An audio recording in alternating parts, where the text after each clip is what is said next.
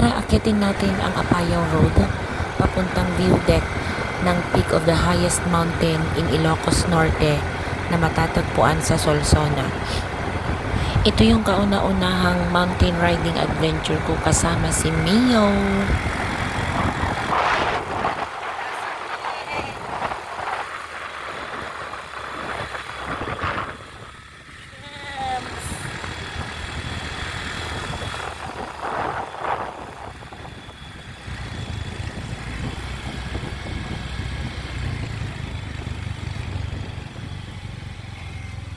Nagmedyo lamis na niyos.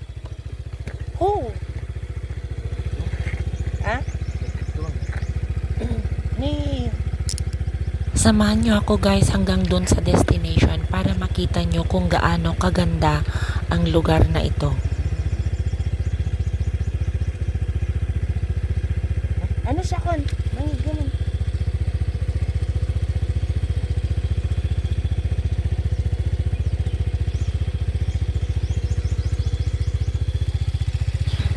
First time kong umakyat dito kaya medyo kinabahan ako kasi may mga what if akong iniisip.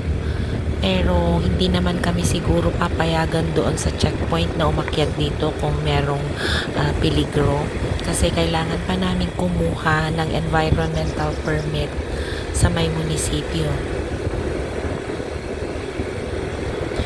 Doon sa permit, nakalagay doon ang mga do's and don'ts at mga hotline number na if in case, pwede mong tawagan.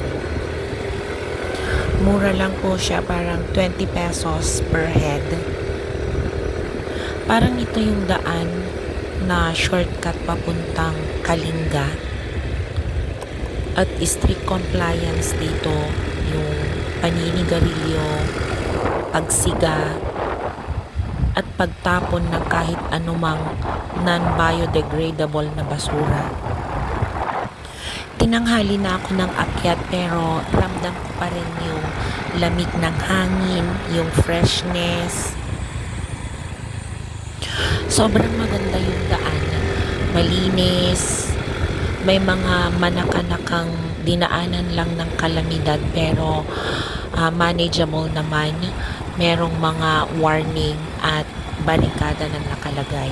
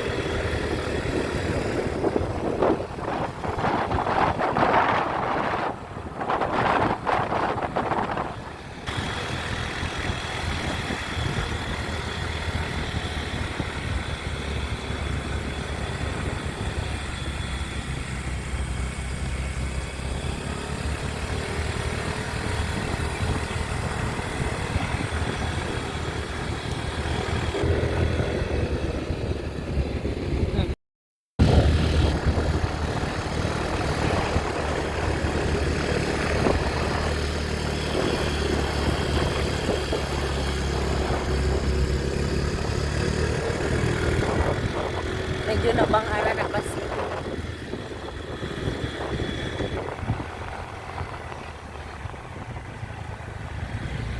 Nagtinta-sinta. Bali yung dinadaanan natin ngayon ay side na ng mga bundok. Yung pupuntahan natin, iikot pa tayo ng mga 10 bundok siguro. Hindi naman pwedeng magpatakbo ng mabilis kasi liko-liko yung daan. Kaya kailangan ng iba yung pag-iingat.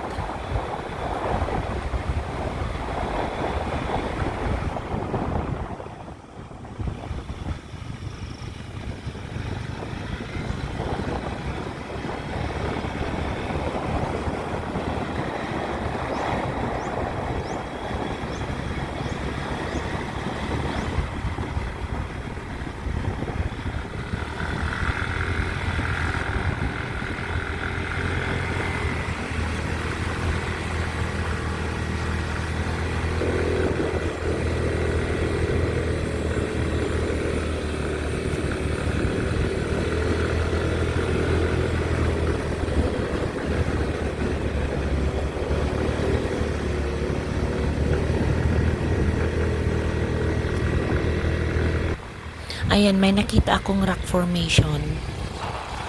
Mag-stop over lang para mag-picture-picture kasi nagustuhan ko yung itsura ng mga bato.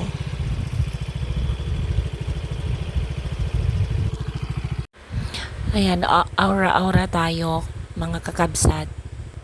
Wala lang, para naman ma-feel natin ang ating adventure. Sobrang aliwalas ng langit, ang ganda ng weather, hindi siya mainit.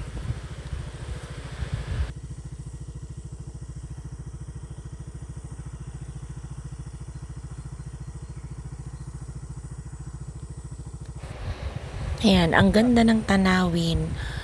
Sobrang green.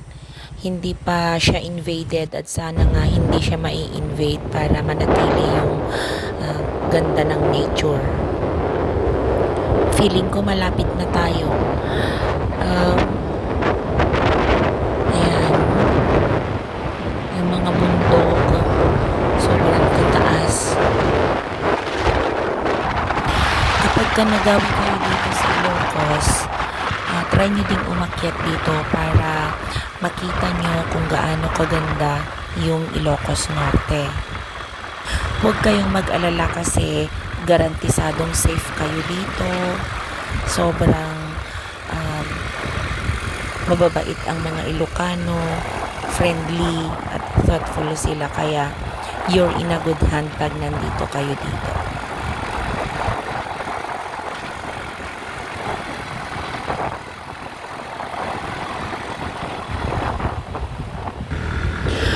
Andito na tayo sa destination at nadatnan natin na may mga gumagawa.